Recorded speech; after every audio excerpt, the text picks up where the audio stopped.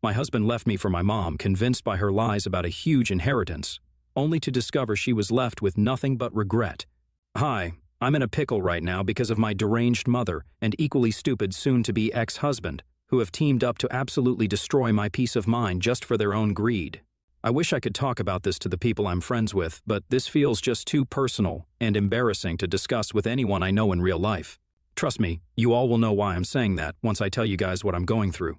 I don't have much family to speak of, so I can't exactly talk to anyone else either. So I'm here, turning to the Reddit community mainly to get this off my chest and also make sure that I'm not the bad guy here in any capacity, like I'm being made to believe. So, this all started just 2 weeks ago when, out of absolutely nowhere, my husband of 3 years, let's call him Kevin, told me that he wanted to break up with me because he developed feelings for my mom. Yeah, you're reading that right, and no, I'm not joking. Believe me, I was just as taken aback as you guys probably are right now, and definitely a lot more disgusted when he confessed. He told me that he'd been having an affair with her for 3 months now. I'd never noticed because I'd been busy with work, and his behavior had really never been suspicious enough for me to take note. Anyway, for context, my mother is just 20 years older than I am. I'm 27 right now. My mother is 47. My mother had me while she was in college, but my dad was never in the picture. He broke up with my mom the day she told him that she was pregnant and even tried to get her to terminate the pregnancy. But she wanted an excuse to drop out of college back then, so she decided to have me anyway and told my her mother, that she wanted to be a stay-at-home mom. My grandparents were rich enough to let her do that, but they still weren't happy with her decision to drop out of college. They tried to get her to go back after I was born, but she refused, and instead dabbled in a bunch of professions before settling on interior decoration, not interior design. She doesn't design anything, but just advises people on where to put their furniture and how to decorate their rooms to make it visually appealing. It's a whole rich people shindig, so she's pretty good at it. She's not a qualified professional, but since my grandpa was a well-known realtor, he'd get her jobs. My mom is the flakiest, most unreliable person I've ever known, and she's really lucky that she belonged to an affluent family because otherwise she'd be out on the streets. I was practically raised by my grandparents because my mother never had enough time for me. If she wasn't busy with work, she was busy being a social butterfly. While I was a kid, I actually used to think that my grandparents were probably my biological parents, and my mom was my oldest sister or something. That's how I spent my childhood. By the time I hit my teens, I had no hopes for my mother because she was still just as carefree about her life as she was in the past. My grandpa passed away while I was in 7th grade, and from then on, it was just me and my gran against the world. The world included my mother because most of the time she was a total pain to deal with. I mean, if you ever have to explain to your mother as a 15-year-old why it's not a good idea for her to go to Iceland with a guy she met on Tinder just 2 days ago, then you know what my teen years were like. She's a total idiot and has no concern for how her behavior affects other people, not even her own family. Gran had drilled the idea into my head that I was on my own after she passed on because my mother would never be of any help to me. So I worked bloody hard and made my way to the top of the company I'm in right now because I didn't want to leave anything to chance. I'm the COO at my firm, and I earn twice the amount Kevin does. He's the head of sales at a smaller firm, but I never ever judged him for it or made him feel smaller. Part of the reason for that was the fact that I graduated from one of the finest business schools in the state and interned at the very company I work in right now, thanks to Gran's connections. She taught me to be humble, unlike Kevin and my mother, who thought they were real big superstars over something they weren't even sure of yet. I met my husband at a common friend's birthday party about 5 years back, and we got along like a house on fire because we shared a lot of common interests. We went out for 2 years, and when he proposed, I didn't have to think twice before I said yes. He was a good man, or at least I thought he was back then. He'd always joked about how I had a hot mother, which wasn't entirely untrue. I would never call her hot because she's insane, and also she's my mother, but I cannot deny that she fits the beauty standards well for her age. I mean, she's made a significant amount of money from scamming people into believing that her so-called feng shui decor worked, and a lot of that money has gone into makeup and Botox. So, of course, she's attractive for her age. Also, I don't mean to demean actual professionally trained decoration specialists. I guess maybe real feng shui works, but whatever my mother does is a scam because she literally doesn't know the first thing about it. I respect the people who actually know what they're doing. But since my mom doesn't count as one of those professionals and she's also just a generally crappy person, I think I'm allowed to speak badly of her. I thought Kevin would be different from the other men I dated in the past, though, and that I'd be able to trust him. But that turned out to be a bust as well. He joked about how my mother was hot enough to pass off as my sister, and despite my strained relationship with her, I'd laugh it off because nobody would imagine that something like this could actually happened to them. I'd only ever kept in touch with my mother because of Gran. She made me who I am, and I'll be eternally grateful for that, even if that meant having to deal with her psychotic daughter. She was never ready to give up on Mom because she was a good woman who loved her daughter in spite of all her flaws. And then there's my mom, who could never bring herself to love me more than herself, in spite of all the efforts I put in. Even after Gran passed away almost a year ago, I still tried to keep in touch with my mom. Our relationship was bad, but I still found myself looking out for her more out of a sense of obligation towards Gran than for her sake. But that ended when Kevin told me about the affair 2 weeks ago. He sat me down after I returned in the evening from a business trip and told me with a straight face that he was in love with my mother and that they wanted to be together now. I thought he was joking at first and laughed at it, but for the first time, he didn't laugh. He went on to tell me in great detail how he and my mom had been fooling around behind my back for 3 months. Kevin and I had fought over something stupid, and my mother had texted him at the time to ask for advice on how to fix her headphones. That's how they got to talking, and slowly it turned into something more than a friendship. They didn't intend to take it far initially, but it just happened, and they couldn't help themselves. I'm sure Kevin didn't mind that my mother looked so much like me too. I kicked him out that very night, and he left without much of a fuss because he knew that he could just go to my mother's place instead. I think I must have finished an entire bottle of wine while crying like a damn baby that night. I was up till the wee hours of the morning, just sobbing so hard that my eyes swelled up to twice their size. At around 4:30 in the morning, not being able to deal with the overwhelming anger and pain of it all, I decided to text my mother. I was drunk, and that was probably what pushed me even more to send that text. I called her a lot of names and told her she was a crap daughter to Gran and a crap mother to me, and was getting even worse with age. I told her that she was a con artist at best, and once her Botox and fillers wore off, Kevin would see her for the ugly witch she was and dump her as well. I didn't expect her to respond to that, but she did, and boy, was that response eye-opening. She told me that she might lose her beauty one day, but she'd never lose her bank balance, which was about to increase tenfold thanks to Gran's will. I'd totally forgotten about that while grieving Gran, but her lawyer had told us that we'd be informed of what exactly she'd left us after the probate period passed. It would take almost 6 to 9 months, and it had already been 7 months, so we'd be hearing from him shortly. Gran had instructed her lawyer not to inform us of what exactly to expect before the probate period passed. The only thing we were allowed to know was where she wanted to be buried, and that's all. So, neither my mother nor I knew what she'd left us, but since she had a lot of money, assets, and property, we were expecting a lot. Or rather, my mom was, because all I cared about at the time Gran passed away was that she was gone, and now I was truly on my own. The contents of her will didn't matter to me much because, either way, I don't care for money more than my relationships. But evidently, Kevin did, and that's why he chose my mom over me, because both of them expected her inheritance to be greater than mine. They must have been confident about it too, because the way my mother bragged about it to me made me feel as if she'd already heard back from the lawyer and knew what she was going to be inheriting before I did. Anyway, I didn't reply to that text afterward and tried to erase it all from my mind. I spoke to my lawyer the very next day and told her that I wanted to file for divorce at the earliest. Within a week of Kevin's confession, I'd filed for divorce, and he'd been served. Now all we had to do was wait for this to end so he could live out the rest of his days with his ex-wife's mom. But something miraculous happened, and I truly have to thank Gran for this one, because even after she's gone, she still has my back. I had already requested Gran's lawyer, the executor of the will, to inform us separately because I couldn't bear to be in the same room as my mother and Kevin. So, 5 days back, she told me that my mother had already been informed of what she'd inherited, and it was my turn now. I visited her with zero expectations because I really didn't know what was going to happen. But while leaving, I think I must have been the happiest damn person to exist on this planet at the time. I'd inherited all my grandmother's money, assets, and property, while my mother inherited nothing but a diamond ring and matching diamond earrings that Gran used to wear.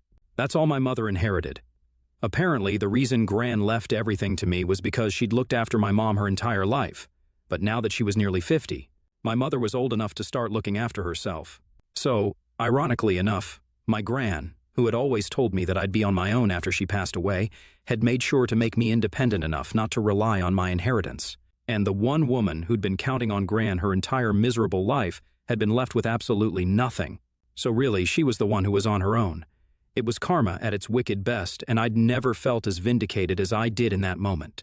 My mother had come to know just an hour before I did, but after that, I didn't know what was going to happen. I was excited because I knew that even if my mother didn't try to contact me, Kevin surely would, and that's exactly what happened.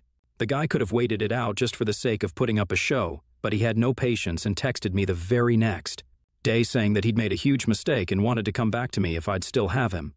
He said that he and my mother were never meant to be, and spending those few days with her had made him realize how good he had it with me. So now, he'd come to his senses and wanted to give our marriage a second chance. I literally laughed out loud when I read his lousy attempt at reconciliation. They probably had no idea that I knew my mother had inherited barely anything, and there was no huge inheritance to look forward to anymore. After one whole day of contemplating what to say to Kevin, I finally responded to his text with a clown emoji and then blocked him. I was also 100% sure that he must not have come clean to my mom either, so for good measure, I took a screenshot of the text he'd sent me and sent it to my mother with 3 clown emojis. I turned my phone off after that because I didn't want to deal with any of the drama that was inevitably going to happen next. Instead, I chose to watch Netflix and enjoy my night without letting Kevin or my mother bother me anymore. The next morning, I got to know about the aftermath of my text. My mom's next-door neighbor's daughter is the one who told me about everything that went down. My mom still lives in the house I grew up in, for your information. My grandpa had left that house to his wife and daughter to live in, so after Gran's passing, my mother continued to live there. The neighbor's daughter and I are friends, so she was quite candid with me and told me that around 10 p.m. she started hearing a lot of yelling from my mom's place. But nobody bothered to check because their family knew what kind of person my mom was and didn't like her one bit. Then there was screaming all of a sudden, and that's what finally brought them out. My crazy mother had physically kicked Kevin out of the house, and he was lying on the pavement while my mother threw all sorts of stuff at him and screamed the most vile, disgusting things at him. Kevin had screamed because she'd grabbed a hardcover book and thrown it at him, and unfortunately, it had hit him right in the forehead. When her neighbors discovered him, he'd already been hit and was trying to stop the bleeding with his hand. It was a deep gash, and he'd had to get 5 stitches for it, which was pretty horrifying to hear.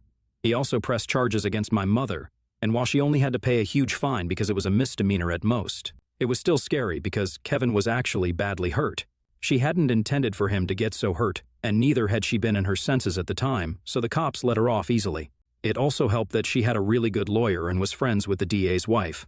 Of course, my mother blamed me for it once she got back home and texted me a bunch of horrible things from her second number that I hadn't blocked, which I've been trying my best to ignore.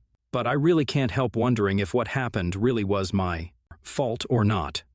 What Kevin and my mother did to me is definitely unforgivable, but now I feel like I should have just counted my own blessings instead of trying to meddle in their lives to mess with them. What I did was out of spite and anger too, and it's not like I'm proud of it or whatever.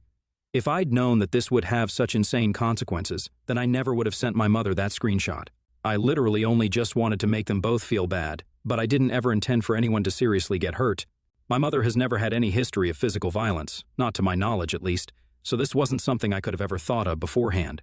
I feel terrible about what happened, and my mother's constant attempts to victimize herself and make me look like the bad guy are making it worse.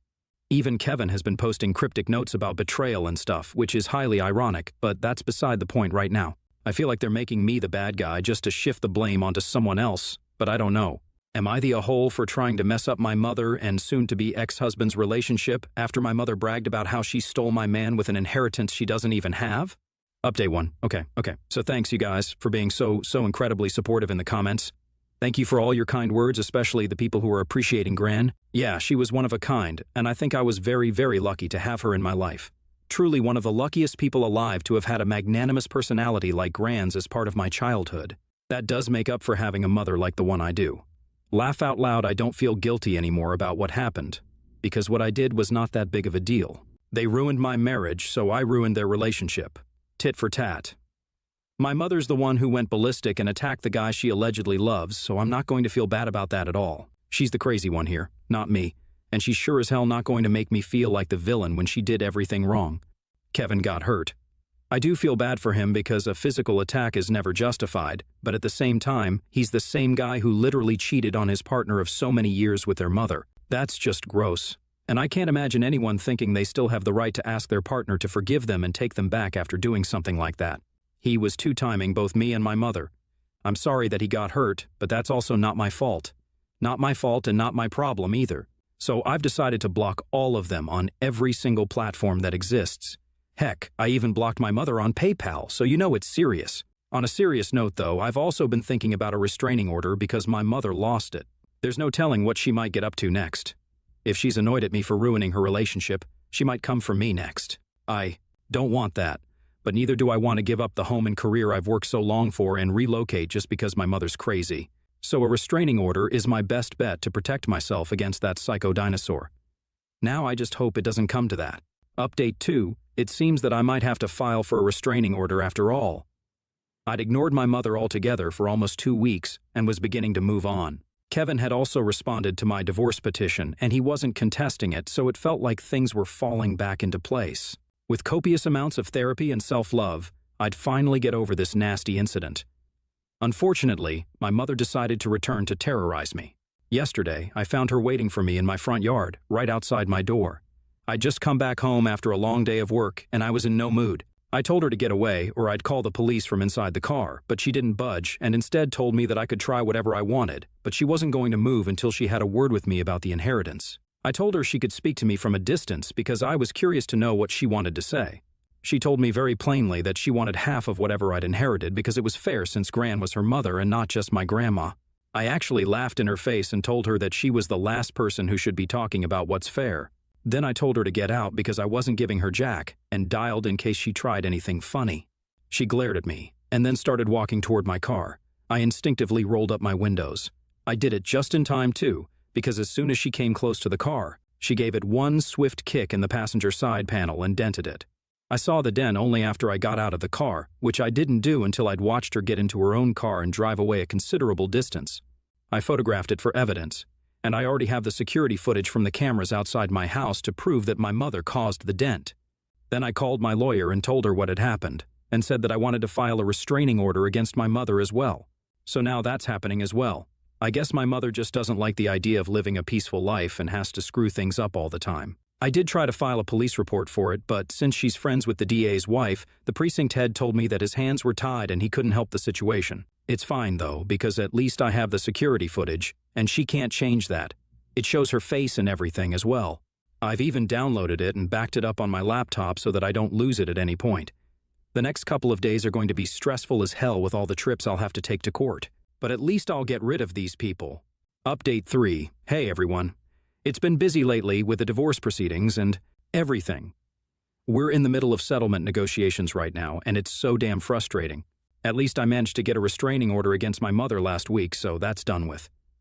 Kevin and his lawyer have concocted a bunch of lies, so I'm trying to put together all the proof of him cheating for the next meeting, and hopefully that will be an end to this.